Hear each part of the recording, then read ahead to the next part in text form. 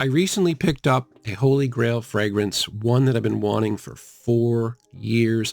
And if you're a collector and you finally get something that you've really wanted for a long time, the tendency is to take a look at your whole collection and go, okay, where does things stand? And in the process of that, I looked at all the fragrances I thought that I would keep for life, and that number is actually surprisingly small. And I'm going to talk about 10 today, including the fragrance that I recently got, which was Dior Sauvage Elixir. And the first thing that I did when I got Elixir home was compare it to Lattaf's Assad, which I've had for a long time. And the one thing to me that really stood out here was just the sheer intensity. It is deeper. I found it was just as sweet, which surprised me a little bit. But it's deeper, richer, and it's certainly more powerful. It lasts a really long time. It's also spicier than I remember the first time, right? So you're going to get a lot of cinnamon, cardamom, and nutmeg. And that lavender note too. That lavender note is a special note. I even looked it up because it's a huge part of this. It's like a gourmandy fragrance with lavender.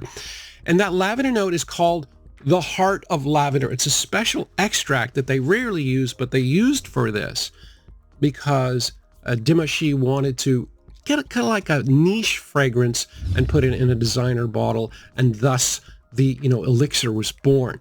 And that is the one drawback to this fragrance. I mean, it's fantastic. I'm so glad to have it. But the fact that so many people are making elixirs now, I wish that hadn't happened. The most excited I've ever been to get a fragrance. I mean, I was excited to get Sauvage Elixir, but the most excited was getting Acqua di Gio Profumo. This was very early on when I started collecting. I had never even tried the original Acqua di Gio. And this was the hottest fragrance around. It was really expensive, and I found a really good deal. And I took it home, and I remember my hands were shaking when I was opening the box. That's kind of a little weird, but I really, really wanted it.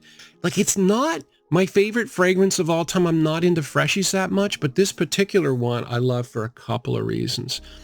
The combination of incense and C notes that Alberto Morillas used to get this. He was trying to create something a little bit more mature, a little bit more grown up for the Acqua di Gio line, but that combination kind of twigged him in. To him, it felt kind of mineralic. And I don't know if you're aware, but 5 years later, Profondo actually had mineral notes listed. But really, from what I've researched, this was really the start of a mineralic feel in fragrances. So things like Eau Givre and Ganymede, they owe their existence to this. This was one of the very first, even though it's not listed, mineral fragrances out there. And I think the incense note matters to me probably more so than a lot of other people that have the Parfum. It's a more rounded, more, I suppose, easier to wear, but I like that little bite of the incense. And I'm kind of a fragrance nerd, so I like the historical context of the minerality, the first mineral fragrance. My favorite note for the most part, although it kind of does depend on the day, but top 1 or 2 would definitely be iris. But iris can be done in so many different ways. One of the ways that it's always challenged me a little bit is iris and leather. And this is Valentino Uomo Intense. And a lot of people really like this. And I like it, but I don't like it as much as some of the other types of iris. However, I discovered an iris leather combo that I really do like. It's Narcisco Rodriguez Bleu Noir Parfum. Because this is quite similar to Valentino Uomo Intense. It says leather and suede. The leather is toned down quite a bit here, right? So you're not getting the pungency, a little bit of it, but you're not getting as much. And the iris comes through more for me. Also, the sweetness of the vanilla of Valentino Uomo Intense is also toned down a little bit because Narcisco Rodriguez, and I'm not sure if you guys are aware, but what they're famous for is woody, musky. And there's a lot in both. And I think that helps tone down both the leather note and the sweetness note. And it makes it a really nice combination. Very good performance. Not as good as Valentino Uomo Intense, but very good nonetheless. This is a really interesting option if you really like iris. And iris fragrance had to be on this list. Whether you have the original formula of La Nuit de l'Homme, or you have the watered down version of it, or you have Bleu Electrique, no matter what it is, I always want to have a bottle of one of those three in my collection.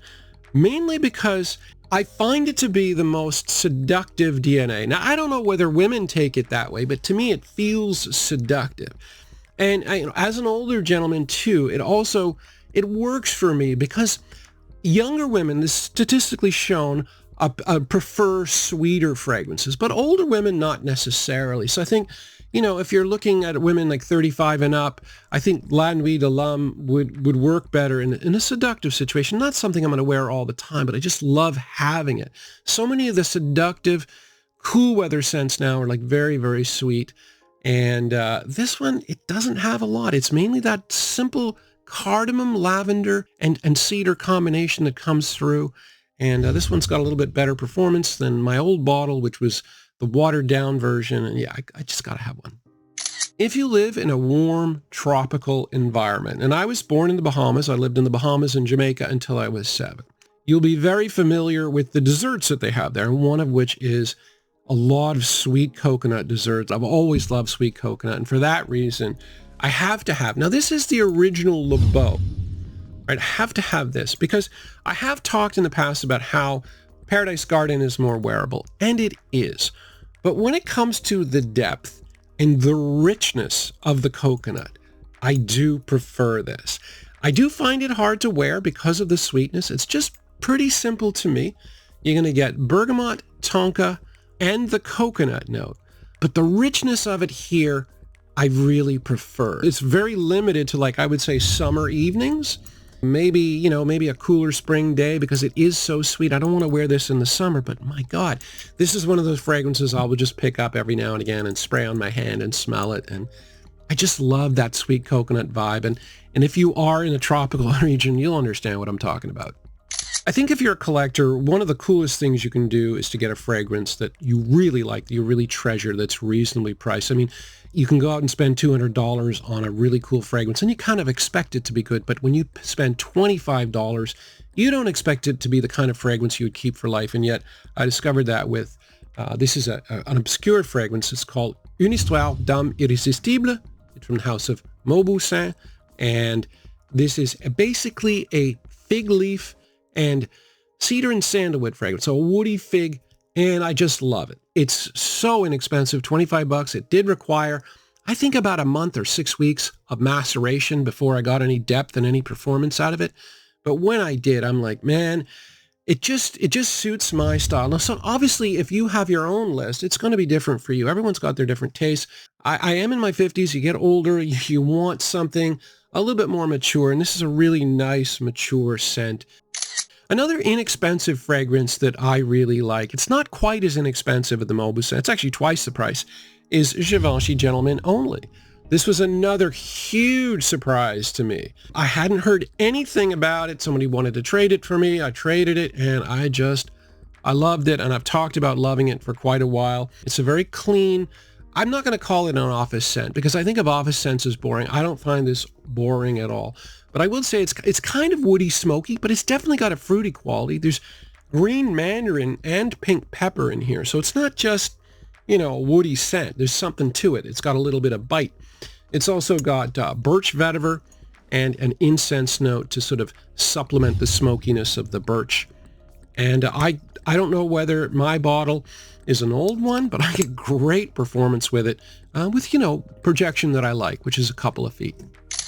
The only discontinued fragrance in my entire collection that I do recommend, taking a chance and getting a bottle off of eBay is Noir Ambre by Issey Miyake, because even though, it's going to be expensive, I mean, at this stage, this is so good. It's a designer, but really paying niche price to me, in terms of the quality, in terms of how nice the scent is, I think it's worth it. I absolutely adore this fragrance. It was a complete fluke. It was one of those 24-hour sales. I grabbed it. And then the next year it was available a lot. So I haven't given up on it being available at the discounters, but it hasn't been for a couple of years now, but I absolutely love it. It's a pretty simple fragrance. My style. It's a lot of leather. It's also ambery, but it's got three sweet notes. It's got vanilla amber and tonka, but it comes off as ambery, and then it's got a lot of spices. Cinnamon is big, saffron is big, really good performance, really nice scent. At this stage, I have over 50 of these. This is a decant that get from FragranceNet. It's in a lipstick style container. Of all of my decants, the one fragrance where I really want a full bottle, and I'll get one, this is Serge Lutens Ambre Sultan. I really like amber as a note because it's sweet, but it's not too sweet. I like the resinous feel. But this is also quite aromatic because it's meant to smell like a Moroccan souk, which is like a marketplace in Morocco. Serge Lutens lives in Morocco, and so you've got a combination of a lot of amber and a lot of aromatic notes. It smells really exotic, and it smells quite different than a lot of other amber fragrances. Now, it is an amber fragrance first and foremost. There's a lot of amber notes. You get the amber note itself, then you get resins, and then you get benzoin and myrrh. And then there's 4 aromatic notes, including myrtle, which is a flower, but it's got an herbal feel. You've got angelica and a couple of other ones. And it's a really strong performer. Most of my Serge Lutens, I have 5 now, are very, very strong. And this one, I mean, this one's like at least 12 hours. One of the fragrances that's grown on me the most over time is the original Jean Paul Gaultier Le Male. Like, I liked it at the beginning, but now there's so many fragrances that come out in this bottle style, and this was the very first. My formula here is about 10 years old, so it's very strong. And, I think I'd make a really good argument that this was the very first modern men's fragrance because it had that double vanilla, like the heavy vanilla feel. And if you tried a lot of the older fragrances in the 90s and the early 2000s, you'll know that just how sweet this is. And really, in many ways, it does fit in to modern sensibilities. But as I get older, the aromatic quality, not just the vanilla and cinnamon, the aromatic quality, the lavender and the mint appeal to me more. I think of it as a party fragrance, and I am very fortunate that I do have that older bottle because, I get 12 hours performance with this. But yeah, this is just us taking stock of my my fragrance videos. Getting that Sauvage Elixir was so good. If you're a hardcore collector like me, you'll know what that means. Anyway, thanks for watching, guys.